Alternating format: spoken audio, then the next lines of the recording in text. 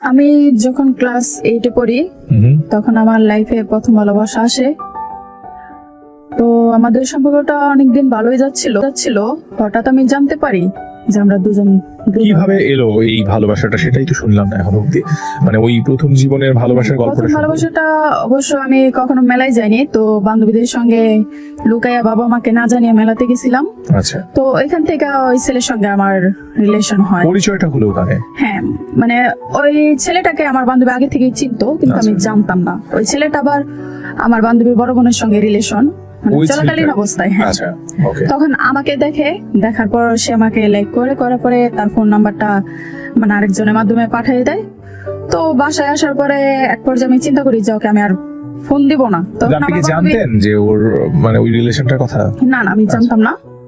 তো আমার বান্ধবী প্রত্যেকদিন আমার জ্বালাতো যে কিরে ফোন দিছিলি, কি খবর, এই সে অমুক তমুক। তোর কথা শুনতে শুনতে মানে 5-6 দিন পর আমি এক পর্যায়ে ওকে ফোন দিই। তো ওকে জিজ্ঞেস করি, নাম টাম সবকিছু জিজ্ঞেস করি। সে আমাকে মুসলিম হিসেবে পরিচয় দেয়। আমাদের সম্পর্কটা যখন 3-4 মাস রানিং যাচ্ছিল, তখন এক পর্যায়ে ওর সঙ্গে আমি আমাদের ওইখানে একটা মার্কেট আছে মেনশন, ওইখানে দেখা করার পরে এক দোকানে যেয়ে বসার পরে ওই আঙ্কেলটা আমাকে জিজ্ঞেস করতেছে যে তুমি যে ছেলেটির সঙ্গে রিলেশন করতেছো সে হিন্দু না মুসলিম, তুমি কি জানো? তো আমি বলছি যে হ্যাঁ আমি তো জানি, ও তো মুসলিম, সবকিছুতেই দেখি সালাম টালাম দেয়, সবকিছুই মুসলিমের মতোই কথাবার্তা বলে। পর বলতেছে না, তুমি যে ছেলের সঙ্গে রিলেশন করতেছো ও তো আসলে হিন্দু। আচ্ছা, মানে অন্য ধর্মের। পরে যাই হোক আমাকে বলে যে দেখো আমার একটা মেয়ে আছে তোমার মতো, আমি চাইবো না যে তোমার লাইফটা নষ্ট হয়ে যাক, এখনো সময় আছে, তুমি এই সম্পর্কটা বাদ দাও। পরে আমি এক পর্যায়ে ওকে পরীক্ষা নেওয়ার অনেক চেষ্টা করার পরে আমি জানতে পারি যে আসলে ও হিন্দু। আচ্ছা, যখন আমি শুনি তখন আমাদের সম্পর্কটা আর টিকে রাখা সম্ভব হয়নি। মানে এই কথাটা কি আপনি ওকে বলেছিলেন যে তুমি অন্য ধর্মের কেন বলনি আমাকে? হ্যাঁ, মানে এরকম একটা বিহেভ করছিলাম যে তুমি যে হিন্দু, তুমি তো আমাকে বলছো যে মুসলিম। আচ্ছা, তোমাকে মানে অনেক রাগ বিহেভ করে, হ্যাঁ তুমি মানুষের কথা বিশ্বাস করো, আমার কথা বিশ্বাস করো না, তাহলে আমাদের সম্পর্ক রাখতে হবে না। তো আমি বলছি ঠিক আছে, সম্পর্ক যেহেতু রাখতে চাও না তাহলে আমি রাখবো না। পরে ওর সঙ্গে রিলেশন এখানে ব্রেকআপ হয়, ওর সঙ্গে আর কথাবার্তা হয় না। আবার নতুন করে মানে আমার কিছুদিন 3-4 মাস ভালোই যায়, নিজের মতো নিজে চলাফেরা করি, বাপ মার কথা শুনি। শোনা অবস্থায় হঠাৎ করে একদিন যে ছেলের সঙ্গে রিলেশন ছিল তার দোকানে আরেকটা ছেলে কাজ করতো। ওই ছেলেটা এক পর্যায়ে ওর ফোন থেকে আমার নাম্বারটা চুরি করে নিয়ে আমাকে ফোন দেয়। তো ওই ছেলেটা একদিন আমাকে নাকি দেখছে, আমি দেখিনি ওকে। আমাকে এক পর্যায়ে ফোন দেওয়ার পরে ভালো মন্দ জিজ্ঞেস করে, যেমন ভালো আছি কিনা, খাইছি কিনা, মানে এই সমস্ত কথা জিজ্ঞেস করে। তো কয়েকদিন কথা বলার পর আমি হঠাৎ তাকে গালাগালি করি, প্রচুর পরিমাণে গালাগালি করার পরে নিজেকে ছোট মনে হলো যে আমি এতদিন যাবৎ কারোর সঙ্গে কখনো চোখ রাঙায় কথা বলিনি, তোর সঙ্গে এত গালাগালি করছি, আমার নিজের কাছে অনেকটা খারাপ লাগে। পর এক পর্যায়ে আমি তার কাছে ফোন দিয়ে মাপ চাই, বলি যে ভাই আমার ভুল হয়ে গেছে, আমি কখনো এরকম বিহেভ করিনি কারোর সঙ্গে, তাহলে আমাকে ক্ষমার চোখে দেখেন। পরে আমি বলতেছে হ্যাঁ ক্ষমা করতে পারি, একটা আমার শর্ত আছে। তো বলি ঠিক আছে, শর্ত যেহেতু বলেন কি শর্ত। পরে বলতেছে আমার সঙ্গে ফ্রেন্ডশিপ করতে হবে। তো বলছি ঠিক আছে, আপনার সঙ্গে আমি জাস্ট শুধু ফ্রেন্ডশিপ করবো, আর কোনো কিছু না, কিন্তু লাভারের মতো কোনো কথা বলা যাবে না, জাস্ট শুধু যে ফ্রেন্ডের সঙ্গে যেভাবে কথা হয় সেভাবে কথা বলতে হবে। এইভাবে অনেকদিন কথা বলি, প্রায় 1.5-2 মাস। তো রোজা এসে যায়, তখন মানে ও আমার সঙ্গে এভাবে কথা বলতো, মানে একটা প্রেমিকাকে যেভাবে কথা বলে পরে। তো ফার্স্ট রোজা আমি ওকে জিজ্ঞেস করি, আমি কি ভাইয়া একটা কথা জিজ্ঞেস করবো? পরে বলতেছে যে হ্যাঁ তুমি জিজ্ঞেস করতে পারো, সমস্যা নেই। পরে আমি বলি যে আপনি তো আজকে রোজা রাখছেন তাই না? হ্যাঁ আমি রোজা রাখছি। পরে আমি জিজ্ঞেস করি, বলি যে আপনি সত্যি করে বলেন তো আপনি কি আমাকে ভালোবাসেন? তখন আর কথা বলে না, চুপ হয়ে গেছে। পরে আমার ফোনটা দিচ্ছে কেটা। পরে ইফতারি করা হয়, করানোর পরে আবার সন্ধ্যার পরে এশার নামাজ পড়ি, তারাবি নামাজ পড়ার পর ও আবার আমাকে ফোন দেওয়ার পর বলতেছে কয়েকটা সত্য কথা বলি, আমি আজকে রোজা রাখছিলাম, তো আমি তোমাকে সত্যিই ভালোবাসি। পরে বলি যে আপনি যে আমাকে ভালোবাসেন, আপনি কি কখনো আমাকে দেখছেন? পরে বলতেছে হ্যাঁ আমি দেখছি, তুমি যখন সিঁড়ি দেয়া 2তলা থেকে নিচতলায় নামছিলাম মেনশনে, তখন আমি তোমাকে দেখে প্রথম অবস্থায় দেখে আমি তোমার পছন্দ করি। পরে যাই হোক আমি আরেকজনের ফোনের মাধ্যমে নাম্বারটা চুরি করে নিয়ে আমি তোমার ফোন দিয়েছি। পরে আমি বলছি যে ফোন যেহেতু দিছো চুরি করে, তাহলে তো এটা অন্যায়, একজন ফোন থেকে আরেকজনের নাম্বার চুরি করে নিয়ে ফোন দেওয়াটা এটা বিরাট অন্যায়। তো এটা শাস্তি আপনাকে কি দেওয়া যায়? পরে আমাকে বলতেছে, কয়, তুমি যে শাস্তি দিবে আমি সেই শাস্তি মাথা পেতে নিতে রাজি আছি। পরে আমি বলি যে ঠিক আছে আমি শাস্তি দিব, কিন্তু আমার সঙ্গে ফ্রিলি ভাবে তোমার জীবনের সব কাহিনী আমার সঙ্গে শেয়ার করতে হবে।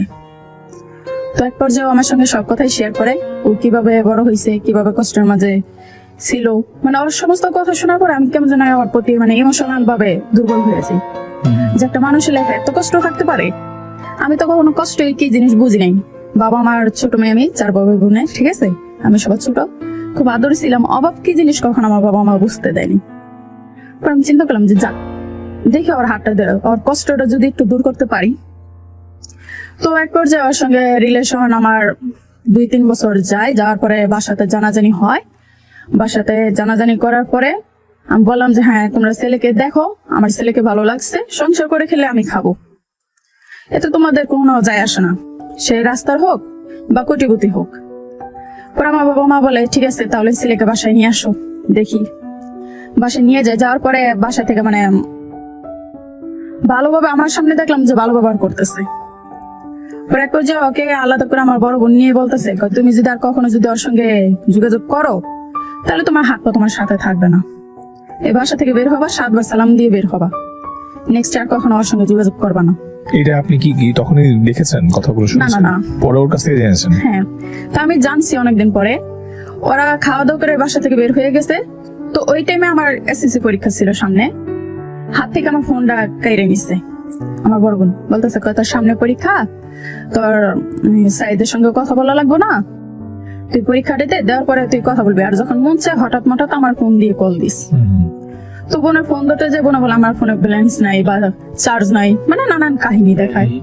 পরে এক পর্যায়ে আমার কেমন যেন সন্দেহ লাগলো যে আমার ফোনটাও নিচ্ছে, আবার ফোনটাও ধরতে দিতেছে না। ফোনে অবশ্য টাকা থাকে, আমি চেক করে দেখছি, আমাকে বলে ফোনে টাকা নেই, আমি কথা বলে সুযোগই পাচ্ছি না। পরে এক পর্যায়ে আমার মেজো চাচার বউ, তার সঙ্গে যে কথা শেয়ার করি, বলি যে কাকে ওকে ছাড়া তো আমি বাঁচবো না, আমার যেভাবে হোক ওকে আমার সঙ্গে একটু যোগাযোগ করাই দেন। পরে সে লোকে তার ফোনটা দিচ্ছে, তারপর আমি যোগাযোগ করি। তো সে আবার গেটের বাহিরে পাহারা দিতেছে যে কেউ আসে কিনা। ওর সঙ্গে কথা বলার পরে শুনি যে আমার বড় বোন নাকি ওকে ছেড়ে দিচ্ছে। আচ্ছা। তারপরে আমি বাসায় যে মানে অনেক চিলাচিলি মানে বিকট অবস্থা করছি যে না, ওর সঙ্গে এরকম করছে কি, সেজন্য আমি পরীক্ষা টরীক্ষা কিচ্ছু দিব না, আমার ভালো হোক মন্দ হোক আমি ওকেই চাই। বলার পরে মানে 2-3 দিন এভাবে যায়, আমার আব্বু কিছু বলে না। পরে আমি এক পর্যায়ে ওর সঙ্গে যোগাযোগ করি, লোকে যোগাযোগ করার পর ওকে বলি যে আমি তো চলে আসতেছি, তুমি চৌরাস্তায় দাঁড়াও। দাঁড়ানোর পরে আমি কাপড় চোপড় ব্যাগটা গুছাই। এর মধ্যে আমাদের বাসায় এক ছেলে ছিল, আমার আম্মু আর কি ব্যাচেলরদের খাওয়াইতো। তো ওই ছেলেটা আবার আমাকে খুব লাইক করতো, আমি জানতাম না। ওই ছেলেটা আবার আমাকে দেখছে যে ব্যাগ নিয়ে বাসা থেকে বের হইতে, মাত্র ওই গলিতে বের হইছি তখন আমাকে দিছে আটকাইয়া। আটকে বাসায় জানাজানি করছে, ডাকাডাকি করছে আমার আব্বু মোরে। আমি গেছি, যাওয়ার পরে আমাকে বাসায় ধরে আনা হলো রাস্তা থেকে। পরে আমাকে এক পর্যায়ে আমার বাবা, আমার কখনো আমাদের 2 বোনের উপর টোকা দিয়ে দেখেনি, আর সেই জায়গায় আমার বাবা আমাকে প্রচুর মারধর করে। এক পর্যায়ে হাতের দ্বারে যা পাইছে তাই দিয়ে মারছে। আচ্ছা। আমি অনেক টর্চারিং হওয়ার পরে নিজেকে সামলাতে পারিনি। তারপরে জিদ করছিলাম যে একদিন হলো ওকে আমি বিয়ে করবই। ওকে। আমাকে যে টাইমটা মারধর করছিল, সো সব বাবা মার কাছে আমার একটাই রিকোয়েস্ট, যদি কোনো ছেলে মেয়ে এরকম ভুল কাজ করে তাদেরকে বোঝাবেন, হাত না তুলে টর্চারিং না করে তাদেরকে ভালোভাবে বোঝাবেন। অবশ্যই তারা বোঝ মানবে, তারা অবশ্য না, তাদের ভিতরে অবশ্যই বোঝ আছে। রাইট। আমার ওই টাইমটা যদি আমার বাবা মা বোঝাতো ভালো করে, আমাকে টর্চারিং না করে, আমি অবশ্যই এই কাজটা কখনো ভুল কাজটা আমি করতাম না।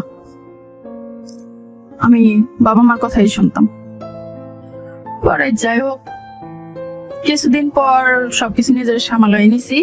নেওয়ার পরে বাবা মা বলতেছে যে মেয়েকে বিয়ে দিয়ে দিব যদি ভালো ছেলে পাই। তো কয়েক জায়গা থেকে দেখতে আসে, আমি নাও করতে পারতেছি না, হাও করতে পারতেছি না, আমার এরকম অবস্থা হয়েছে। যেখান থেকে দেখতে আসে সব জায়গায় মানে আমাদের এলাকায় কিছু কিছু মহিলার আছে, মানে কারো ভালো কেউ দেখতে পারে না, মহিলারা প্রচুর পরিমাণে বদনাম করে। অবশ্য আমি ওর সঙ্গে পালিয়ে যাইনি, যার চিন্তা ভাবনা করছিলাম। এটা এক পর্যায়ে কথা লটাইছে এলাকাতে যে আমি ছেলের সঙ্গে বের হয়ে গেছিলাম এবং কি যে আমি একটা বাচ্চা অ্যাবর্শন করেছি। আচ্ছা। এই কথা শোনার পরে আমার মনটা অনেকটা ভেঙে গেছে যে শালা কিছু করলাম না, তারপর আমার দোষ হয়েছে। পরে বাপ মা যা বলছে তাই শুনছি। পরে আমি এসএসসি পরীক্ষা দেই। এসএসসি পরীক্ষা দেওয়ার পরে ওই অবস্থায় ওর সঙ্গে আবার যোগাযোগ করি। করার পরে আমার লাস্ট পরীক্ষা ছিল মার্চের 7 তারিখ শুক্রবার। সেদিন ও প্ল্যান করছিল যে আমরা বিয়ে করব। তো আমি বলছি যে ঠিক আছে, বিয়ে যেহেতু করবা, আমার তো 18 বছর পূর্ণ হয় নাই, 18 বছর পূর্ণ করে না হয় আমরা বিয়ে করি। কয় না, তুমি এখনই আমার সঙ্গে দেখা করো, এখনই আসতে হবে তোমার। তুমি চৌরাস্তা আসার পর ওর সঙ্গে যোগাযোগ করে জয়দেবপুরে যাই। যার পরে কাজীর সঙ্গে কথাবার্তা বলে।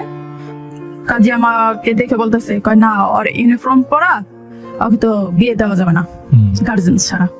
আর তাছাড়া ওর 18 বছর পূর্ণ হয়নি, আর 2-3 মাস পরে আবার 18 বছর পূর্ণ হবে। পরে আমি ওকে এক পর্যায়ে বাহিরে এসে বুঝাই, আমি দেখো আমার তো 18 বছর পূর্ণ হয় নাই, তুমি চিন্তা করো না। আর তাছাড়া আমার অরিজিনাল জন্ম সনদ নেই, আমি এটা ওঠাই আমি তোমাকে বিয়ে করব। ও আমার কোনো কথা না শুনে ও 1-2 ঘন্টা পরে আবার আসে। আসার পরে আমি ওকে জিজ্ঞেস করতেছিলাম, কি তোমার পকেটে কি? তোমার 2 পকেট ফুলে তোমার পকেটে কি? তো আমাকে বলতেছে, কিছু না, তোমার এটা যাই না, লাভ নেই। পরে আমার খুব রাগ উঠছে। যখন ও 1-2 ঘন্টা পরে আসছে, আমি ফোন ধরতেছে না। পরে আমি বললাম যে সিএনজি ডাকো। পরে সিএনজিতে ওঠার পরে কিছু দূর আসার পর ও এক পর্যায়ে কীটনাশক পয়জন আছে না, এটা খেয়ে ফেলে। আচ্ছা, সে তখন আসলে কি করতো, আপনি যার কথা বলছেন? সে তখন সেলসম্যানের কাজ করতো মার্কেটে। আচ্ছা, ওকে। তার ফ্যামিলিতে কে কে আছে? তার ফ্যামিলিতে বলতে শুধু আমি একাই, আর কেউই নাই। আর কেউ নাই? না। আচ্ছা, ঠিক আছে। তারপরে কি হলো? মানে সবাই আছে, থাকতেও কেউ পরিচয় দেয় না। আচ্ছা, ওকে। পরে যাই হোক, ও এক পর্যায়ে পয়জন খেয়ে ফেলে। খাওয়ার পরে আমি একা ওর সাথে, আমি প্রচন্ড পরিমাণে ভয় পেয়ে যাই। ওর পর থেকে আমার অনেক সাহস হয় যে আমি এখনো ভয় পাই না কোনো কাজে। আমি ওকে বলি যে তুমি এটা কি করলা? আমি তো তোমাকে বললাম যে আমরা কয়েক মাস পর বিয়ে করব, তাহলে তুমি আমার কথাটা কিসের জন্য শুনলা না? পরে আমাকে বলে যে না, আমার দেরি সময় নাই, যদি পারাসকে করো, না পারলে আমি আমার পথ বেছে নেব। পরে বলছি ঠিক আছে, যেহেতু আমার কথা শুনতেছো না, তাহলে তোমার কথা মতো তুমি চলো। তো আমি রাগে ওর দিকে মুখের দিকে তাকাই না, আমি সিনজিতে বৈশা বাহিরের দিকে তাকাই রয়েছি। এই অবস্থায় ও পয়জন বের করে 2-3 ডুব খেয়ে ফেলছে। আচ্ছা। খাওয়ার পরে আমি রাস্তায় একা, কি করব কোনো কিছু খুঁজে পাচ্ছি না। ও পকেট থেকে ফোন বের করছে, আমি এর আগে সে ফোন দিছি ভেঙ্গা, আমার ফোনও চার্জ নেই। ওকে। তো ওর পকেটে প্রায় 7-8 হাজার টাকা ছিল, আমার কাছে 500 টাকার মতো ছিল। আমার টাচ ফোন ছিল, আর বাটন সেট ছিল। পরে এই অবস্থায় সিএনজি ড্রাইভার আমার দেওয়াতে রাস্তায় নামাই দিছে। আচ্ছা। বলতেছে, না এই অবস্থা আপনাদের নিব না, আমার উপর চাপ পড়বো, পুলিশে দেখলে ভয় আছে। নামাই দিছে। এখন ওই অবস্থা আমি যে কি করবো, আমি কোনো পথই খুঁজে পাই না। তখন কটা বাজে? তখন বেলা 3টা, 3:30 বাজে। আচ্ছা।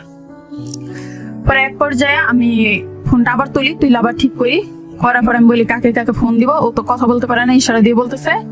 আমি সবাই ফোন দিয়ে জানি ওর যত ফ্রেন্ড সার্কেল আছে, মানে জীবনের সবচেয়ে প্রিয় বন্ধুরা, মানে আমার থেকেও প্রিয়, তাদেরকে ফোন দিয়ে বললাম যে ভাইয়া ও তো পয়জন খাইছে, আমি তো এখন একা, এখন আমি কিভাবে কি করবো, আমি খুঁজে পাচ্ছি না, আপনারা যদি পারেন তাহলে আপনারা আসেন। মানে এক একজন এক এক কাহিনী দেখাইতেছে। কেউ বলে আমি শ্বশুর বাড়িতে যাচ্ছি, আমার কাজ আছে। আবার কেউ বলে যে দেখো আমার স্বর্ণের একটা অর্ডার আছে, আমার কাজ করতে হইব, আজকে না দিলেই নয়। মানে এক একজনের কাছে এক এক ধরনের কমেন্টস। পরে আমি ওই অবস্থায় পাশে একটা হলি ল্যাব সেন্টার আছে, হসপিটাল, ওইখানে নিয়ে যাই। পর বলতেছে আপনারা এখানে আসছেন কেন, আমরা পয়জন খাওয়া রুগী রাখি না, আপনারা সেবাই নিয়ে যান। তখন যারা যদি আমাকে বলতো যে আপনি সদরে নিয়ে যান, তাহলে কিন্তু আমি ওই দিক দিয়ে চলে যেতাম। আমাদের এখানে যখন ফার্স্ট চৌরাস্তায় সেবা হসপিটাল হয়েছে, তো আমি চিন্তা করছি হয়তো ওই সেবাতে। পরে ওইখান থেকে চৌরাস্তায় আসার পরে হসপিটালে নেই। মানে ওইখানকার নার্সরা আমার সঙ্গে এরকম রাফ বিহেভ করে, মানে একটা কুকুর পাললো যে মায়াটা থাকে, ওই মায়াটাও নেই। আচ্ছা, ওনারা কি ধরনের কথা বলছিলেন? মানে আমার সঙ্গে চিলে লাগাই দিয়েছে, হ্যাঁ আপনি পয়জন খাওয়া রুগী এখানে আনছেন কিসের জন্য, আপনাকে কে বলছে এখানে আনার জন্য, তাতে নামেন, মানে এই ধরনের ব্যবহার করতেছে। পর আমি নিচে নামছি। এখন দেখি আমার লাইফ আমি কখনো দেখি নাই যে আমাদের চৌরাস্তায় এত জ্যাম লাগে। আচ্ছা। বের হয়েছে দেখি 4 রাস্তার মধ্যে প্রচুর জ্যাম। ওকে। এখন এই অবস্থা, ও হাত পা ছেড়ে দিছে বিষ খাওয়ার পরে। একটা লোক সিএনজি ড্রাইভার দেখি তার গাড়ি মোছা করতেছে, ধুলা করছে দেখা। আমি যা বললাম যে কাকা আমি তো একা, তোমার স্বামী পয়জন খাইছে, একটু যদি হেল্প করতেন, আমাকে যদি একটু কষ্ট করে সদরে নিয়ে যেতেন, আপনার যাবার আমি তাই দিন, যা চাইবেন। পরে বলতেছে, মা তুমি ভাড়া চিন্তা করো না, তুমি আগে উঠো, রোগীটা বাঁচাও। পরে লোকটা তাড়াহুড়ো করে সিনজেতে উঠায় সামনে রিস্কা টিস্কা বইকা টিকা সরাইয়া আমাদেরকে এক পর্যায়ে যেতপুরে নিয়ে যায়। যার পরে সদরে নিলাম, নেওয়ার পরে ডাক্তার ধরে তো ধরে না, মানে এরকম। পরে এক লোক বলতেছে, জাপা আপনার একটা কথা বলি, ওই স্যারটাকে যে, মানে একটা স্যার ছিল, ওই স্যারটাকে যে আপনি 500 টাকা দেন, দেখেন অটোমেটিকলি এখনই সবাই দৌড়ে আসতেছে। তো আমি কি করছি, যে ওনারে 800 টাকার মতো, মানে খুচরা টুচরা 500 টাকা নোট 800 টাকার মতো আমি তারে ফাইলে নিশ্চয় দিয়ে বলতেছেন, স্যার এটা আপনার চা নাস্তা খাওয়ার জন্য, তো আমার যেভাবে হোক আমার রুগীটা আপনি দেখেন। পরে নিয়ে আসে, আসার পরে ও এখন ডাক্তারদের ধরতে দেয় না, আমার হাত যে ধরছে ডান হাত, ওই অবস্থায় কাউরে ধরতে দেয় না, আমাকে বলতেছে আমাকে কাউকে ধরতে দিও না, তাহলে আমাকে মেরে ফেলবে, আর পয়জন খাওয়া রুগী বাঁচায় না। পরে আমি বলতেছি, আমাকে তুমি চিন্তা করো না, আমি যেহেতু আছি তোমার কিছু হবে না। তারপর ও পয়জন বের করতে দেয় না, পরে এক পর্যায়ে পকেট থেকে একটা ছোট্ট কোরআন শরীফ বের করছে, আমাকে বলতেছে, আমাকে একটা কথা দাও, আমি মরি আর বাঁচি, তোমার লাইফে জীবন সঙ্গী কাউকে তুমি মানবা না আমাকে ছাড়া। পরে এক পর্যায়ে আমি কথা দিলাম যে হ্যাঁ আমি কোরআন শরীফের হাত রেখে কথা বলতেছি, তুমি বাচ্চার মরম, তোমার ছাড়া কাউরে চাইবো না। পরে সে পয়জন বের করতে দেয়, তারপর আমি ওকে ক্লিন করে বেডে নিয়ে শুয়াই। শোনার পর আমার বলতেছে, শাহ আলম নামে একটা ছেলে আছে, তুমি ওকে ফোন দাও, ওকে ফোন দিলে ও অবশ্যই আসবে। পরে আমি ফোন দিলাম, বললাম ভাইয়া সাইদে তো পয়জন খেয়েছে, আমরা সদর আছি। ও শোনার সঙ্গে সঙ্গে ওই মুহূর্তে তার 15-20 মিনিট পরেই সদর যায় হাজির। পরে আমাকে ফোন দিচ্ছে, ভাবে আপনার কত নাম্বার বেড আসছেন? পরে আমি বললাম যে 13 নাম্বার বেড আছে। পরে যে দেখছে এই অবস্থা, তখন সন্ধ্যা 6:30 বাজে, মাগরিব আজান দিচ্ছে। এর মধ্যে বাসা থেকে টেনশন করতেছে সবাই যে ফোন বন্ধ, আবার বাসাতে কে যেন খবর দিচ্ছে আমরা নাকি ন্যাশনাল পার্কে গেছি ঘুরতে সামনা, অথচ কিন্তু আমি যে এইভাবে দৌড়াদৌড়ি করতেছি এটা কেউ জানে না বাসায়। মানে ওইখান থেকে যাবে হোক, ও তো আমাকে ছাড়বে না, বাসায় যেতে দিব না, বলতেছে ও যদি যায় ও আমার সঙ্গে আর কখনো যোগাযোগ করবে না। পরে আমি সত্যি চাইছিলাম যে ওর সঙ্গে আর রিলেশন রাখবো না, যেহেতু পয়জন খেতে পারছে, ভবিষ্যতে বড় ধরনের আরো একটা অ্যাক্সিডেন্ট ঘটাতে পারবে, আমি সেই চিন্তা করার সঙ্গে রিলেশন রাখতে চাইনি। পরে বাসায় চলে গেছি, ওর সঙ্গে যোগাযোগ করিনি প্রায় 1-1.5 মাস। তো আমার চাচি যে বলে যে দেখ ছেলেটা কান্নাকাটি করে, ওর আর কান দিস না, ছেলেটা খুবই ভালো। পরে আমি কথা বলি, বলার পর আবার কন্টিনিউ চালাই যাই 2 বছর কথাবার্তা বলি। বলার পর আমি বলছি যে ঠিক আছে, তোমাকে সবসময় হুমকি দিত, আমি যদি না পাই তাহলে আমি আবার সুসাইড করবো, আর এবার এমন জায়গায় যে সুসাইড করবো শুধু আমার লাশের খবরটা পাবা আর কিছুই না। কিন্তু আপনার বাসা থেকে তখন ব্যাপারটা কিভাবে নিত? আমি ওকে হসপিটালে রেখে আসার পর বাসা থেকে মানে আমার উপর আবার টর্চার শুরু করে দিল, যে কোথায় গেছিলাম, কি করছি, এই সেই, মানে কেউ বিশ্বাস করে না। আমি বলছি আমার একটা ফ্রেন্ড পয়জন খেয়েছে, ওকে নিয়ে আমি হসপিটালে ছিলাম, এই কথা কেউ বিশ্বাস করেনি। তো যখন পয়জনটা খেয়েছিল, ওরা আমি একটা খুব জোর একটা থাবর মারছিলাম, ওই থাবরে পয়জনটা আমার স্কুল ড্রেসেও পড়ছে, আমার গালেও পড়ছে। তো আমার স্কুল ড্রেসে যে পড়ছে পয়জনের গন্ধটা ছিল। পরে আমি স্কুল ড্রেস নিয়ে সঙ্গে গেছিলাম, কি দেখো আমি পয়জন খাওয়া রুগী নিয়ে দৌড়েছি না দৌড়েছি, আমার ড্রেসের মধ্যে প্রমাণ আছে, তোমরা সঙ্গে দেখো। পরে এক পর্যায়ে সবাই শান্ত হয়, হওয়ার পর বলে যে তোর ডাইরেক্ট পড়াশোনা একবারই বন্ধ, তুই পাস করার ফেল কর, তোর আর কলেজে ভর্তি করাবো না। আচ্ছা। পরে আমি খুব কানাকাটি করি, আমি বলছি যে এটার সঙ্গে আমার কলেজের পার্থক্যটা কি বা সম্পর্কটা কি, আমাকে কলেজে কিসের জন্য ভর্তি করাবো না।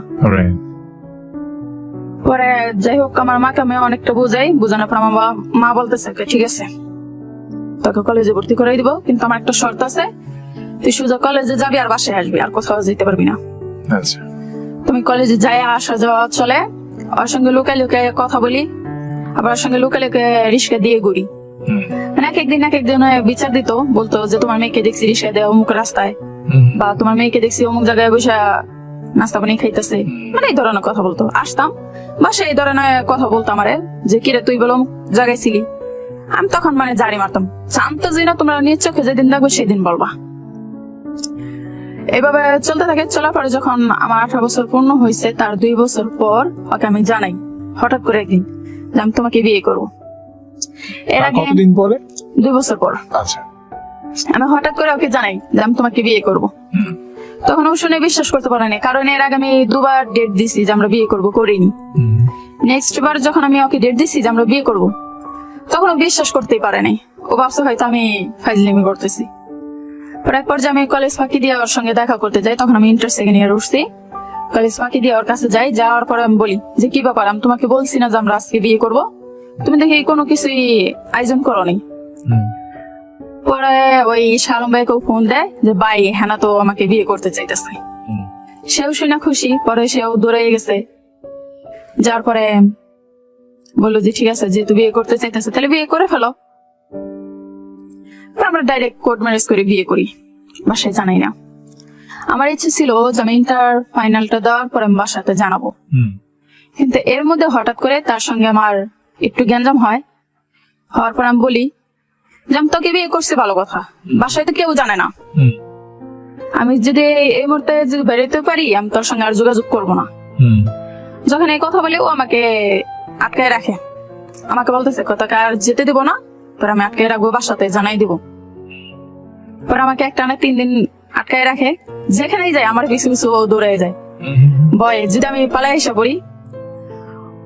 2 দিনের দিন ওই বাড়িওয়ালা খালা বলতেছে ও আবার বাইরে গেছে নাস্তা আনতে, আমাকে বলতেছে যে হ্যাঁ না, আমি তোমার দরজা খুলে দিই, তুমি তোমার বাবা মার কাছে ফিরে যাবা।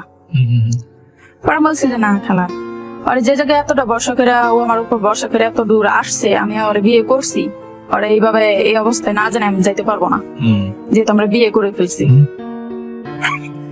পরে বাসাতে ও জানাজানি করলো, করার পরে আমার বাসা থেকে এক পর্যায়ে মাইনে নিল না। না নেওয়ার পরে আমি বলছি যে বেশ ভালো কথা, মাইনা যেহেতু নিতেছো না তাহলে আমার আশাবাদ দিয়ে দাও। ওর হাত ধরেও যেদিকে নিবো আমি ওই সেদিকে ওর সঙ্গে চলে যাবো। পরে আমার বলতেছে তোরে নিয়ে মেয়েরা ফেলবো, এটা সেটা, আর আমরা ধুমকি দিছি। পরে বলছি আমাকে মারুক আর কাটুক সেটা আমি বুঝবো, তোমরা তো আমার ভালো চাও নাই। ও থাক রাস্তার ছেলে, তোমরা তো আমার ভালো চাও নাই। যদি চাইতা তাহলে অবশ্যই আমার বুঝাইতা, মারধর না করে। আমি ওকে সত্য কথা বলতে কি ওকে আমি জিদ করে বিয়ে করছি। একজনের কথা শোনার পরে আমাদের পাশের বাড়ি এক আন্টি বলছিল যে তোরা তো ভালো মানুষ, আমার যে চাচি মানে ওর সঙ্গে যোগাযোগ করাই দিত, ওই চাচি আমার চাচারে রাইখা চলে গেছে, ডিভোর্স দিছে। তো ওনার ইঙ্গিত করে আমাকে কথা বলছে যে তোরা তো ভালো মানুষ, তোর তো দেখতে আসতেছে শুনতেছি, তো বিয়ের সাথে হইলে আবার তোর চাচির মতো করিস না। যে বসে বসে কান্না করতেছি, তখন আমার বাবা বলতেছে যে কি হয়েছে, কান্দতেছো কে? আমি বললাম যে আব্বু কাকি না আমার এই কথা বলছে। পরে আমার আব্বু হট করে বলতেছে তুমি করছো দেখেই তো বলছে, যদি না করতা তাহলে কি কথাটা বলতো?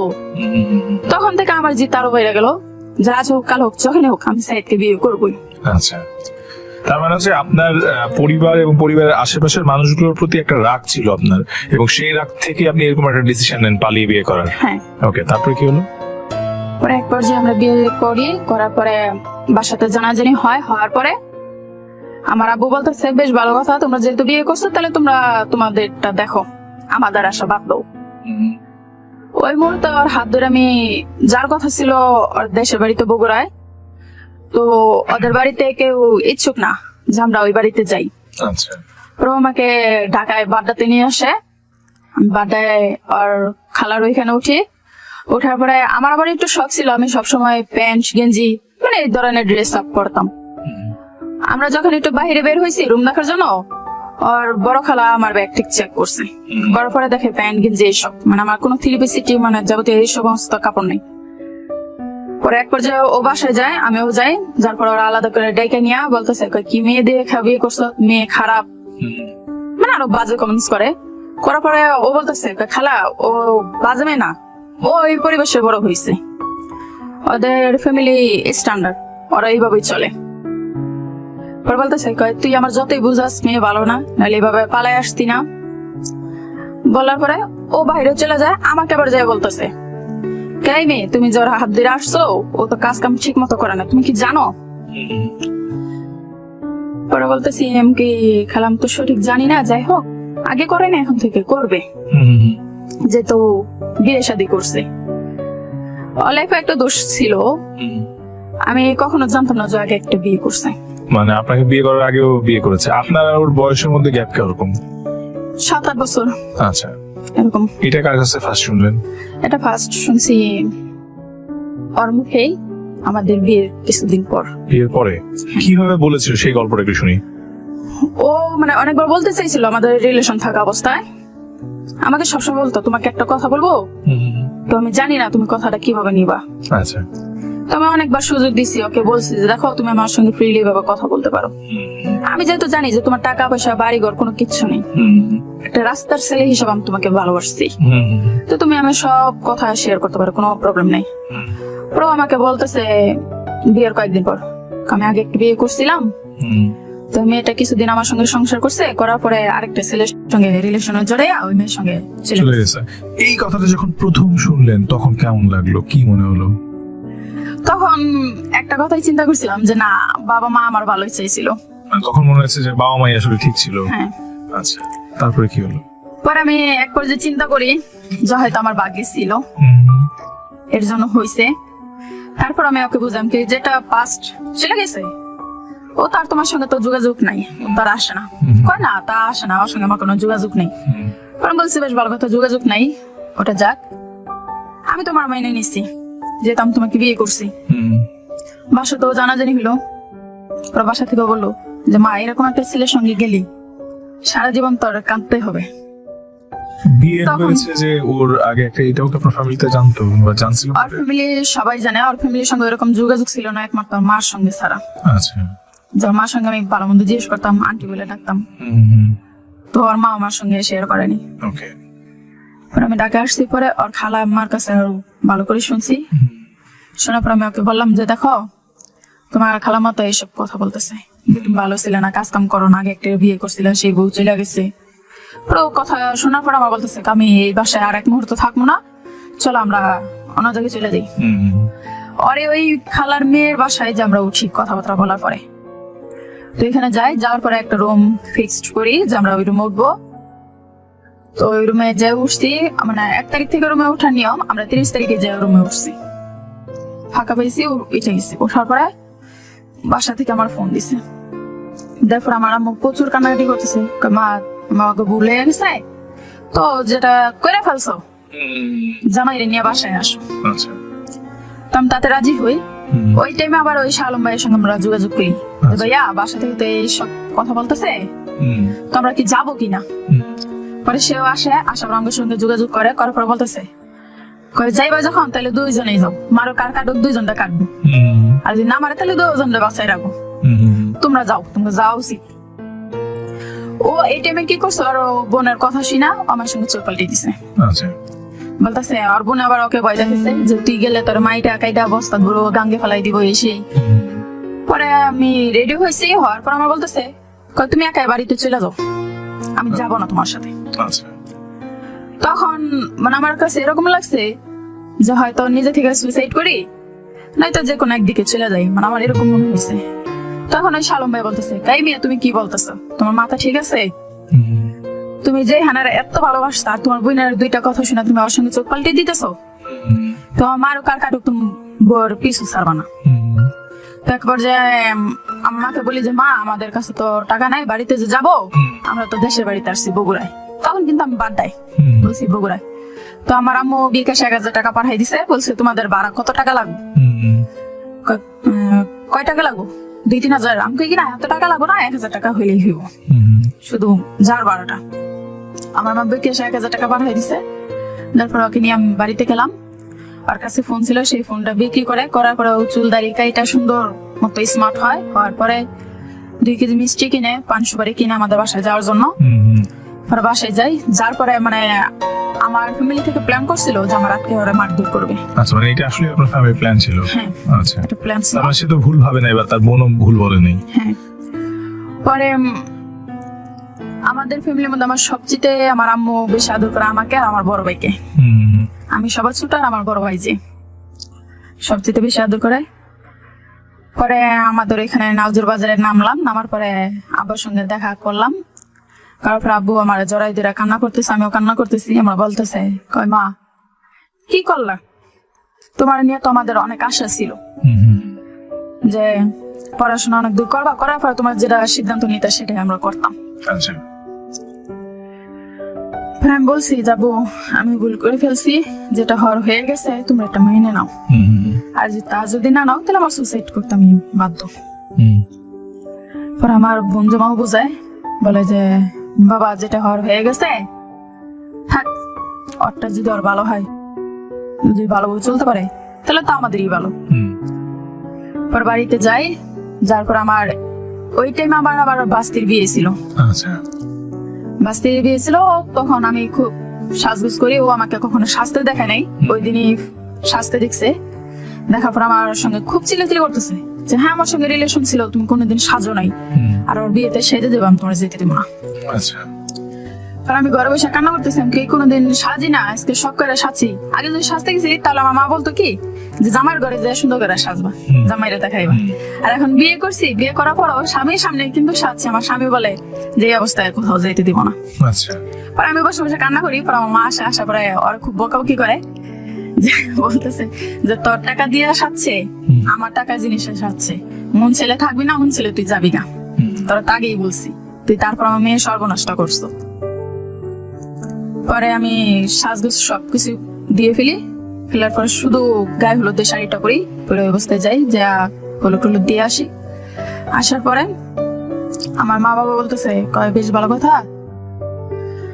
আমাদের যে দোকানটা আছে এই দোকানটা ছোট জামাই করুক।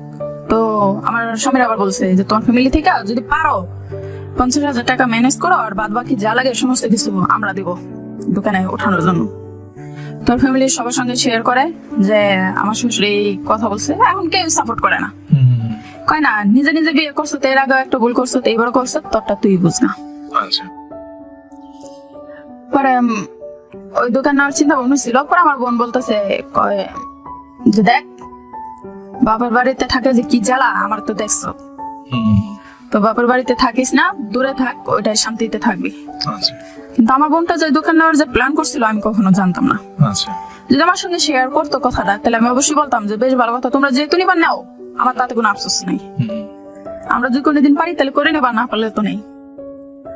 তো আমরা আবার ওইখানে 2 মাস থাকি। থাকার পরে ও কাজ কাম করে না, আমার স্বামী বসে থাকে, ও শুধু একটা কাজে খুঁজে, দোকানের কাজ। আর দোকানে তো সবসময় লোক লাগে না, ও অন্য কাজও করতে চায় না। তার পড়াশোনা করছিল সে? পড়াশোনা বলতে 9 পর্যন্ত করছিল। আচ্ছা। তা আপনি মানে এইগুলো কি জানতেন যে আসলে আপনার চেয়ে কম পড়াশোনা করেছে, বা এগুলো কি আগে জানতেন, পরে জেনেছেন? হ্যাঁ। আচ্ছা, তারপরে কি হলো? আমি ওকে জিজ্ঞেস করতাম যে পড়াশোনা কত দূর করছো, করছি। তুমি চিন্তা করছো হয়তো এসএসসি পাস, হয়তো পড়াশোনা আর করে নাই, এর জন্য মনে হয় এইভাবে কথা বলে। তারপর ও একটা কাজে খুঁজতো, দোকানে কাজ। এর মধ্যে ওইখানে একটা রুম নিয়েছিলাম আমাদের বাসাতেই, ওখানে 3 মাসের রুম ভাড়া বেজে যায় প্রায় 9-10 হাজার টাকার মতো। ও রুম ভাড়া দিতে পারে না। আমার বাবার বাড়ি থেকে খাট দিছিল আর জিনিস টিনিস দিছিল, আমি সমস্ত কিছু 4,000 টাকা বিক্রি করি। করে ওই টাকাটা না দিয়ে আর হাত দিয়ে আবার ঢাকায় চলে আসি। আচ্ছা। যত টাকা রুম ভাড়া পাচ্ছে, এদিকে তো কাজ পাইতেছে না, তো ঢাকায় যে কাজ পাইলে পুরো টাকাটা দিয়ে দিব। পরে আসার পরে ও মার্কেটে কাজ নেই, সুবাস্ততেই আমিও কাজ নেই। নেওয়ার পরে আমাদের সংসারটা ভালোই চলছিল। 2 মাস অনেক ভালো চলছিল। ও যা পাইতো আমাকে দিত, আমি যা পাইতো মাকে দিতাম। তো হঠাৎ করে আমার আম্মু ফোন দেয়, তো এমনি রেগুলার কথা বলি। আমরা আসার পরে আমি রাগ করে 20 দিনের মতো আমার আম্মুর সঙ্গে কথা বলিনি। এই রাগটা কেন করেছিলেন? এর একটা করছিলাম, ও কাজ কাম করতো না দেখে আমার যা সবসময় বকাবকি করতো। আচ্ছা। যে কাজ কাম করে না, এরকম ছেলে দিয়ে বিয়ে করছো, তোর কইছিলাম যখন সময় আছে জামাই ছেড়ে দে, মানে এই ধরনের কথা বলতো। তো আমি চিন্তা করছি, তখন আবেগ ছিল তো ভাইয়া, বুঝতে পারিনি। আবেগের বর্ষায় আর কি ওর হাত ধরছিলাম। পরে এখান থেকে লুকে ঢাকায় আসি। গল্পটা বলছেন, এটা আজ থেকে কতদিন আগের, কত বছর আগের? এটা আজ থেকে 5 বছর আগে। 5 বছর আগে। তারপর বলেন। ঢাকায় আসি, আসার পরে চাকরি নিয়ে দুজনেই ভালো চলতেছিল। রাগে আমার সঙ্গে কথা বলিনি 15-20 দিনের মতো। আমাকে প্রত্যেকদিন লাউড শুনে আমার বলতো যে দেখো আম্মু কাঁদতেছে। তো আমি 20 দিন পরে আর সহ্য করতে পারিনি আম্মুর কান্নাটা। আমি কথা বলি, আমিও কান্নাকাটি করি। পরে দোকান আপু বুঝায় যে দেখ পাগলামি করছ, আর একটা করিস না, মার সঙ্গে কথা বল, মায়ের মতো আপন কেউই নেই দুনিয়াতে। তোমার সঙ্গে কথা বলি। এবার আমি রোজার সিজনটা কাজ করি, রোজার ঈদের পরে আমি চাকরি ছেড়ে দিই। তখন আমার বাবু পেটে ছিল 1.5 মাস। এর আগে আমি একটা বেবি নষ্ট করছি আমার অজান্তেই, আমি জানতাম না, তখন অভাব ছিল দেখে নষ্ট করছি। আচ্ছা, যে আমাকে চালাইতে পারতেছে না, যদি এর মধ্যে আরেকটা বাচ্চা নেই তাহলে অনেক টাফ হয়ে যাব। তো এই বেবিটা যে 5 মাস ছিল আমি কখনো জানতাম না, আচ্ছা। আমার হিসাবে ছিল যে 1-1.5 মাস। পরে ওই বেবিটা যখন ফেলতে গেছি তখন আমার এক পর্যায়ে মরার অবস্থা হয়ে গেছিল, যে আমি বাঁচবো না। 21টা দিন আমি অসুস্থ ছিলাম, আমার মাঝে পরে বকাবকি করছে ওরে। আমি পরে বলছি যে আমি মরি আর বাঁচি, তোমার এখানে আসতে হবে না, তুমি চলে যাও।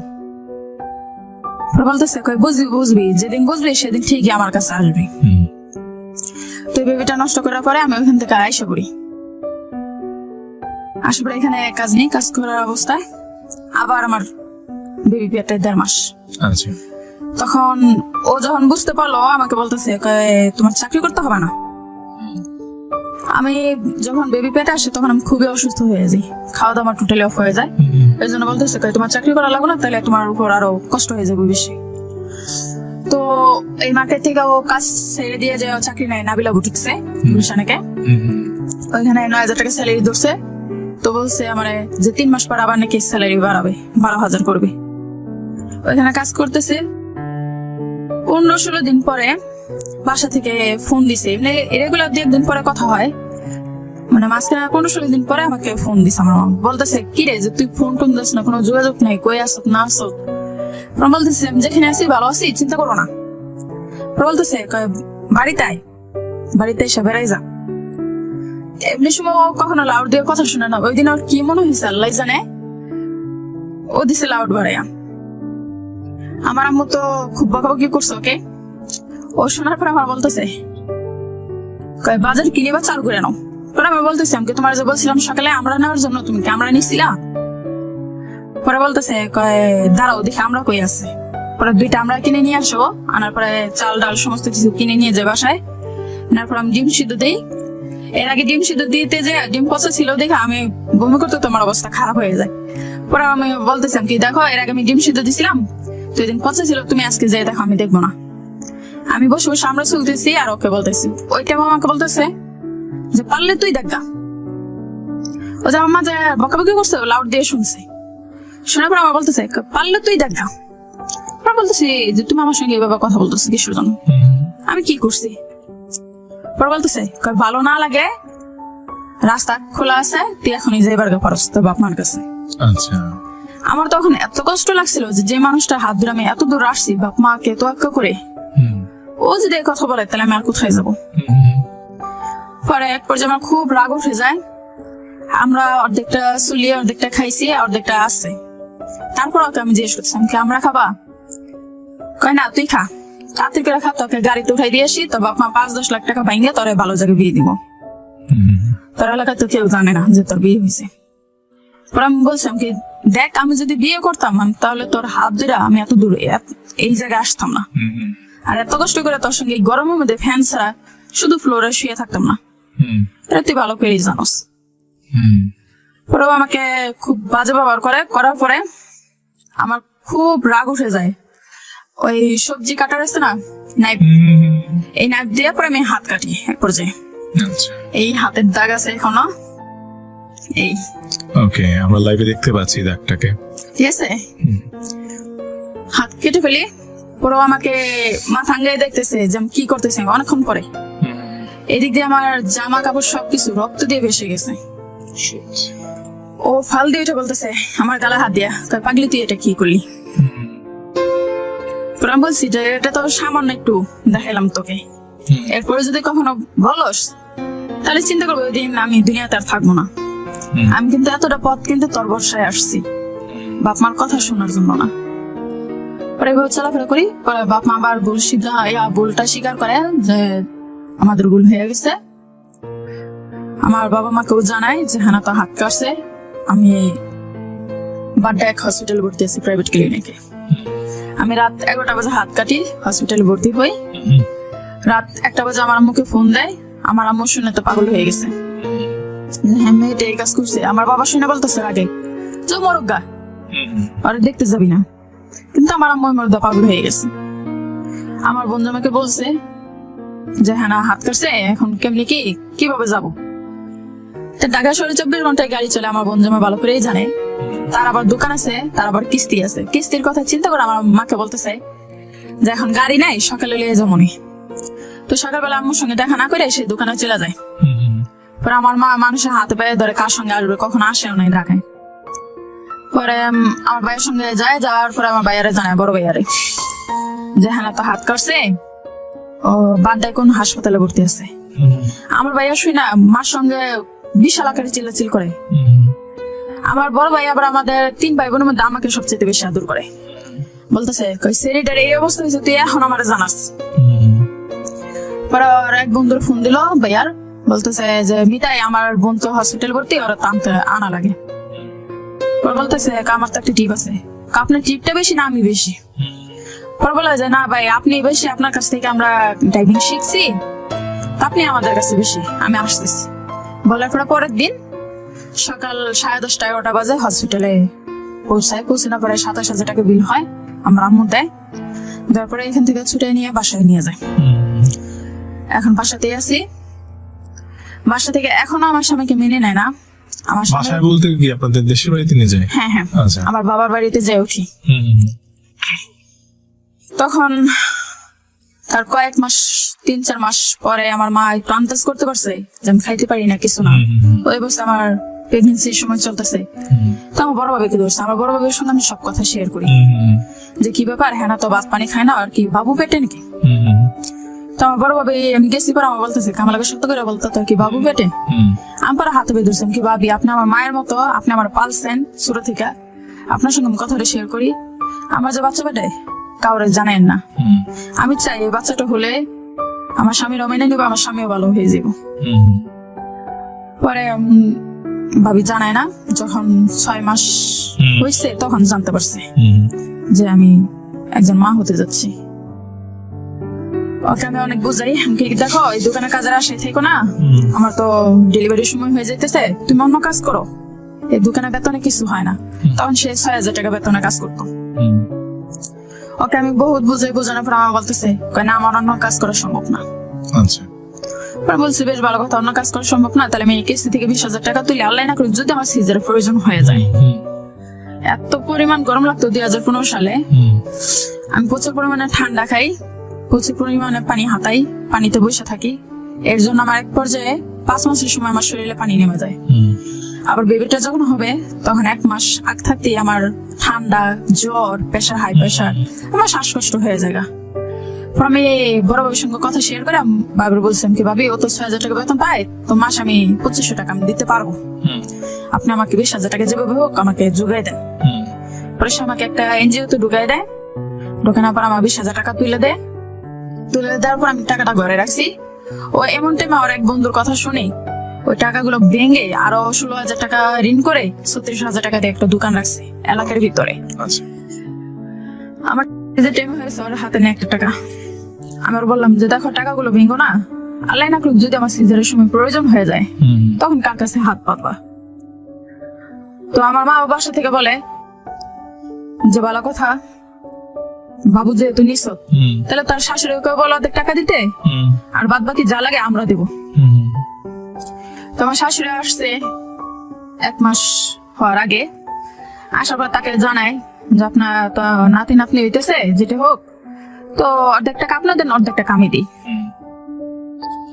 তো সে ভালো মন্দ কোনো কথাই জানালো না যে দিবে কি দিবে না। উনি আবার আরেক লোকের সঙ্গে সম্পর্ক আছে, ভাই বানাইছে, ওনার সঙ্গে কথা শেয়ার করছে। পরে উনি বলতেছে বাবার বাড়িতে তার মেয়ের সন্তান হবে, টাকা তুমি দিতে যাবা কেন, তারা বুঝবো, তুমি 1 টাকাও দিবা না। উনি ওই লোকের কথা শুনা মানে কোনো কথা কমেন্ট জানায় নাই যে দিব কি দিব না। আপনার হাজবেন্ডের ভূমিকা কি ছিল তখন? তখন ওই যে বলেন ওনার মার সাথে এই বিষয়ে কোনো কথা হয়েছে ওনার? না, এই বিষয়ে কোনো আলোচনা করে নাই। এটুকু বলছে যে টাকা কই থেকে জোগাই দিবা জানি না, তাহলে আমার শ্বশুর শাশুড়ি টাকা দিব না, খালি এটুকুই বলছে। বলার পরে আমার সময় হয়ে যায়, ও টাকাগুলো নষ্ট করে। আমি বারবার মানা করছিলাম, আমি হসপিটালে ভর্তি হই, যেদিন ভর্তি হয়েছে সেদিন আমাকে ডাক্তার বলতেছে আপনার ইমার্জেন্সি, যদি কপাল ভালো থাকে তাহলে আমাদের স্যার আসতেছে, যদি বলে যে এখানে সিজার করার জন্য তাহলে তো আপনার কপাল ভালো, আর যদি বলে যে না আপনার কপাল মন্দ আপনাকে ঢাকা মেডিকেল কলেজে যেতে হবে আপনার যে কন্ডিশন। তো আমার এই কথা শুই না আমার প্রেশার এমনিতে আরো হাই হয়ে গেছে, আচ্ছা আর এমনি তো জ্বর ছিল, শ্বাসকষ্ট হয়ে গেছে। ও সিনা কানাকাটি করতেছে যে আমি এই মুহূর্তে কি করবো। তখন আমার একটা কথা বলছি, জাল্লাই যেন এই মুহূর্তে যেন আমার নিয়ে যায়, তোর বেবি যেন সুস্থ রাখে, তোর কাছে যেন আল্লাহ দেয়, কিন্তু আমার যেন দুনিয়াতে না বাঁচিয়ে রাখে, তাহলে বুঝবি যে আমি কি ছিলাম। পরে হসপিটালে ভর্তি হয়ে ডাক্তার দেখানোর পর বলতেছে কর বেশি সময় নেওয়া যাবে না, ডোনার ডাকো, যদি ব্লাড তো অবশ্যই দরকার আছে, ডোনার ডাকো। পরে সঙ্গে সঙ্গে আমার সিজারের রুমে নেয়, নেওয়ার পরে বাচ্চাটা যখন বের করার পরে আমার অবস্থা খুবই খারাপ ছিল, মানে আমি আশা ছেড়ে দিয়েছিলাম যে আমি বাঁচবো না। আচ্ছা পরে ডাক্তারের নার্সদের সঙ্গে চিলেচিলি করতেছে যে আপনার এর আগে সিজারের রুমে ঢুকেন নাই, রুগীর তো অবস্থা খারাপ হয়ে যেতেছে। পরে যা করার ডাক্তারই করলো, করার পরে আমি উপরের দিকে মানে এতক্ষণ যে নিচের দিকে নিঃশ্বাস ছাড়ছি উপরের দিকে নিতে পারিনি। পরে ডাক্তার যখন আমার পেটে চাপ দিছে দেওয়ার পর আমি উপরের দিকে নিঃশ্বাস নিতে পারছি। তারপরে আমার হসপিটালে বেডে শোয়াইলো, শোয়ানোর পরে 2 দিন বলতেছে যে হসপিটাল বিল হয়েছে 19,000 টাকা। তোর মাকে বলছে যে কি ব্যাপার, টায়ার ব্যবস্থা কি করলাম। হ্যাঁ আচ্ছা আমার ছেলে হয়েছে, ছেলের বয়স 3 বছর 3 মাস চলতেছে। আচ্ছা তো বলে যে টাকার ব্যবস্থা কি করলা। ওর মা ফট করে বলতেছে যে টাকা আমি দিব কেন, যাদের মাইয়া তারা দিব। আমার মা শুনে তো বিশাল রাগ যে হ্যাঁ টাকা আমাদের যদি দেওয়া লাগে তাহলে টাকাই দিব না, তোদের নাতি তোদের বউ কেমনি নিবি তোরা বুঝবি। ও আমার ওই অবস্থায় ভাই আমার এত কন্ডিশন খারাপ ছিল, ও আমার ওই অবস্থায় বলতেছে যে তোদের বাসা থেকে যদি টাকা না দেয় তাহলে আমার বাচ্চা আমি নিয়ে চলে যাবো তোকে ফেলে তুই এখানে। ওই অবস্থায় আমার খুব কষ্ট হয়। আমি ওকে বলি যে দেখো আমি বাসাতে কথা বলতেছি, তুমি এরকম কোনো কাজ করো না। আর আমার বোনকে আমি ফোন দিই, তারপর বলি যাবো যেটা হওয়ার হয়ে গেছে, যেভাবে তুমি টাকাটা ব্যবস্থা করে দাও। আমার বড় বোন টাকার ব্যবস্থা করে দেয়, আমি হসপিটালে বিল দিই, তারপর বাসায় যাই। আচ্ছা যার পরে কিছুদিন পরে ও কাজ কাম করে না, সেই দোকান 36,000 টাকা দোকান কিনে 9,000 টাকা বিক্রি করছে। আচ্ছা এর মধ্যে অলরেডি 5,000 টাকা খরচ করে ফেলছে, মানুষের কাছ থেকে নিয়েছিল সে টাকাটা রিটার্ন দিচ্ছে, আর 4,000 টাকা থেকে 2,000 টাকার মতো আমার ওষুধ নিছে, আর 2,000 টাকার পকেটে ছিল, বাসায় গেছে। এভাবে চলে বেশ কয়েক মাস। আমাকে যে ওষুধটা দিয়েছিল 3 মাস খাওয়ার জন্য, সেটা আমি 1.5 মাস খেয়ে 1.5 মাস গ্যাপ দিয়ে দিই। ওর কাছে টাকা ছিল না, আর তখন ওর কাজও ছিল না। আচ্ছা সেটা চিন্তা করে আমি ওষুধ খাওয়া গ্যাপ দিয়ে দিই। এখনো সেই প্রবলেম আমার আছে, আমি এখনো ডাক্তারের কাছে যাইনি, চিন্তা ভাবনা আছে যাবো। ও কাজ কাম ঠিক মতো করে না। একবার যে আমি সিদ্ধান্ত নিই যে না, যেহেতু ছেলে হয়ে গেছে ওর আশায় বসে থাকলে আর হবে না, আমি এই কাজে নিই। আমাদের এখানে ব্রাকেট ডিবিতে একটা ছোটখাটো পোস্টে চাকরি নেই, ওইখানে 6,000 টাকা বেতন পাই, সেই টাকা দিয়ে আমি আপাতত চলছি। আর ও রোজার থেকে এতদিন বসে ছিল, কাজ নিছে আজকে 3-4 দিন ধরে। 8,000 টাকা বেতন, ওর 1,000 টাকা খরচ আছে, 7,000 টাকা দিয়ে সে সংসার চালাবে, মানে তার প্ল্যান এটা। আমি ওকে সবসময় বলি যে দেখো এই 6-7 হাজার টাকায় কিচ্ছু হয় না বর্তমানে, যেখানে তুমি, আমি তো বলি না তোমার যে মাসে 50-60 হাজার টাকা ইনকাম করো, যেখানে গেলে 10-12 হাজার টাকা তুমি পাবা, যেহেতু রুম ভাড়া খাওয়া টাকা কিছু লাগতেছে না। তুমি 10-12 হাজার টাকা পেলে যদি ছেলের জন্য 2,000 টাকা খরচ করি, মাসে 10,000 করে রাখার চেষ্টা করি, তাহলে 1 বছর আমাদের অনেক টাকা হয়ে যাবে। ওকে আমি কোনো কিছুতেই বুঝাইতে পারি না। এক পর্যায়ে এটা নিয়ে অনেক চিলাচিলি করার পরে ও আমাকে না জানিয়া আগের দিন ঝগড়াঝাটি হয়, পরের দিন ও বাবুটাকে নিয়ে বাসা থেকে পালিয়ে আসে। আচ্ছা আমার ছেলেটাকে নিয়ে। তো আমি আমার চাচাতো বোনের সঙ্গে চর্চায় আসছি একটা বরকা কেনার জন্য। আমার আম্মু ফোন দিতেছে বারবার যে কি রে ছেলেটা নিয়ে গেছে কখন, ওর তো খবর নাই। তো আমি চিন্তা করছি বাবার সাথে গেছে, নিয়ে আসবে নি। একবার যখন সন্ধ্যার আজান দিল এশার আজান, তখন আমাকে ফোন দিচ্ছে, তখন আমার ভিতরে ভয় ঢুকে গেছে যে 3-4 ঘন্টা তোর বাহিরে থাকার কথা না। আমি ফোন দিই, ফোন বন্ধ। একটা না 3 দিন কোনো খোঁজ খবর পাইনি। আর প্রত্যেকটা ফ্রেন্ড সার্কেলের লগে দেখা করছি, কথা বলছি, তাদের হাতে পায়ে ধরছি, বলছি ভাই আমি কিছু চাই না, আমার ছেলেটা আমাকে ফিরিয়ে দিবেন, আমার আশা, আমি আর কিছু চাই না। তখন মানে- বাচ্চার বয়স কত? এই তো মাসখানেক আগে নিয়ে পালাইছিল, আচ্ছা 1 মাস হবে। পরে আমার বাসুরে জানালাম, আমার বাসুর আবার বাটাতেই থাকে, ফুবু সার্ভিসের ছেলে। তার বললাম যে ভাইয়া ও তো ছেলেটা নিয়ে পালাইছে, আজকে 3 দিন আমি কোনো খোঁজ খবর পাইতেছি না। তো আমাকে বলতেছে যে বোন তুমি চিন্তা করো না, আমি তোমার কথা দিলাম, ও যদি আমার এখানে আসে তাহলে তোমার ছেলে তোমার কাছে ফিরিয়ে দিব। হুম, পরে আমি আসি, আমাকে বলে যে বাড্ডা হুসেন মার্কেটে এসে পরের দিন আমি সকালবেলা 6টা বাজে রওনা দিই, 9টা বাজে এসে পৌঁছাই। পৌঁছানোর পরে আমি বলি যে ভাই আমি তো আসছি, তো আপনাদের বাসাটা কোন জায়গায় আমি তো চিনি না। আমার বলতেছে কয় আয়সা কি করবা, ছেলেরে পালতে পারবা না দেখা, খাওয়াইতে পারবা না দেখা ছেলের বাপের কাছে ছেলেরে দিয়ে দিছো, সবাই যেহেতু ডরাইতেছ চিন্তা করা লাগবে না, ছেলে আমি পালতে পারবো। সাইদেরও কইছি তোমারও কইতেছি ছেলে থিয়া যাও, আমি পালতে পারবো। তখন আমার এমন লাগছে যে মনে চাইছে যে গাড়ি নিচে নিজের শেষ করে দিই, গাড়ি নিচে কইরা।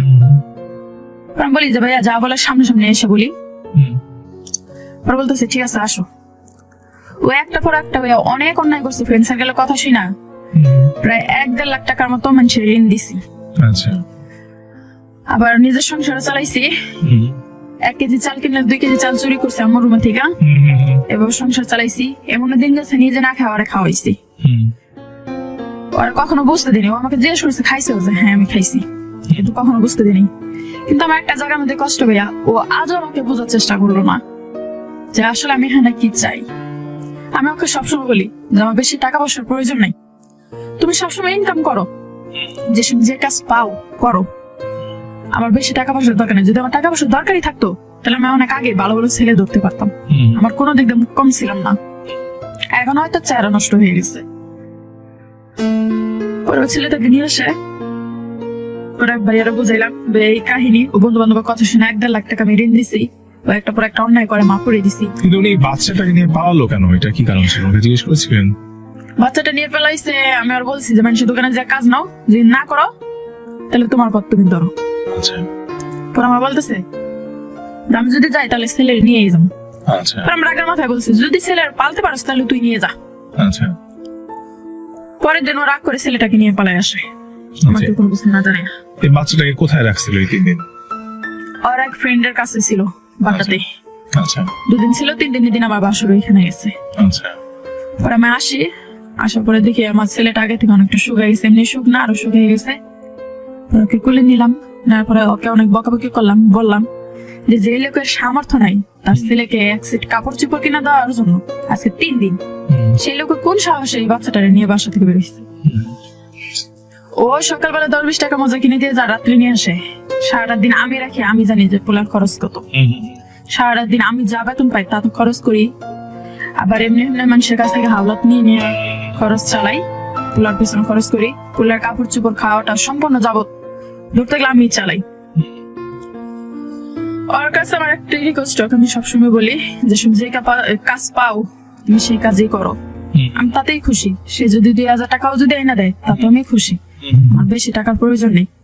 কিন্তু বসে থাকো না, বসে থাকার সময় নেই। ছেলেটা লেবাসে রাখলে সামনে স্কুলে ভর্তি করতে হবে, প্রচুর টাকার প্রয়োজন। আপনার ছেলের বয়স কত এখন? 3 বছর 3 মাস। এখন আপনার এই যে যার কথা বলছেন এই ভদ্রলোকের বাবা মা, তারা কি ধরনের দায়িত্ব বা তাদের সাথে আপনাদের যোগাযোগটা কি, বা তারা কি তাদের নাতি সম্পর্কে তাদের কথাবার্তা কি একটু শুনি। আমার স্বামী যখন পেটে ছিল তখন ওর নানুর বাড়িতে এসে পড়ে, এরপর থেকে ওর বাবার সঙ্গে আর যোগাযোগ নাই। আচ্ছা এখন যোগাযোগ আছে কিন্তু ওইভাবে কেউ দেখতে চায় না, যদি জায়গার ভাগ দিতে হয় আচ্ছা এটার ভয়ে। আর ওর মা তো ওর মা, সে তার মতো চলে, আচ্ছা মানে ছেলে বাইসে আছে না মহিলা গেছে, মানে এই ধরনের খোঁজ খবর নাই, আচ্ছা। সে তার মতোই চলতেছে। তো এই সমস্ত বিষয়গুলো আপনি জেনেও এই ভদ্রলোককে বিয়ে করেছিলেন নাকি হ্যাঁ। এগুলো জানতেন না, পরে জেনেছেন কোনটা? আমি ওর খালি একটা বিষয় জানতাম না, যে আগে বিয়ে করছিলাম। বাট ওর ফ্যামিলির অবস্থাগুলো আপনি জানতেন? হ্যাঁ, আর ফ্যামিলি কন্ডিশন আমি সবকিছু আচ্ছা। জানতাম, যাই না শুনে আমি ওকে বিয়ে করছি। চিন্তা করছি যে মানুষ তো সবসময় একরকম থাকে না, আচ্ছা যদি একটু ভালো করতে পারি, আচ্ছা এই ভরসায় আমি হাত ধরছিলাম। কিন্তু এখন প্রত্যেকটা সেকেন্ড বুঝি বাপমার কথা মনে হয়, হুম, তারা যে বলছিল যে একদিন ঠিকই ফস্তাবে আমাদের কাছে আসবি, হুম, কিন্তু আমার আশা একটাই, আমি ফস্তাবো ঠিক আছে কিন্তু তাদের কাছে কখনো আমি ফিরে যাব না। আচ্ছা আশা আছে, দেখি যদি ও কোনোদিন নিজের শুধরে নেয়, আচ্ছা। সে আশাতে আছে। আপনার এই চোখের পানি হয়তো লক্ষ লক্ষ শ্রোতারা এই মুহূর্তে দেখছে বা জানছে বা জানবে। আমি এই বিষয়গুলো নিয়ে কথা বলবো অবশ্যই, বাট তার আগে একটু জানতে ইচ্ছে করছে যে আপনার সন্তানকে নিয়ে তার বাবার চিন্তা ভাবনা কি? আপনি কখনো তার সাথে কথা বলছেন যে এই যে আমার একটা ছোট বাচ্চা হয়েছে, এই বাচ্চাটাকে নিয়ে তুমি কি স্বপ্ন দেখো বা তুমি কি চাও? সে বড় বড় স্বপ্ন দেখে, অনেক বড় স্বপ্ন দেখে, বাট ওনার ইনকাম সোর্সটা বাড়ানোর চেষ্টা করে না। আচ্ছা, ওনার প্রবলেমটা কি, মানে উনি কি বলেন? ওনার প্রবলেম একটাই, যে কাজের বিষয়ে কোনো কথা বলে আমাকে একটা কথা বেলায়, যদি ভালো না লাগে তাহলে আমাকে তালাক দিয়ে দে। আচ্ছা, আমি অন্য কাজ করতে পারবো না, আমার করা সম্ভব না।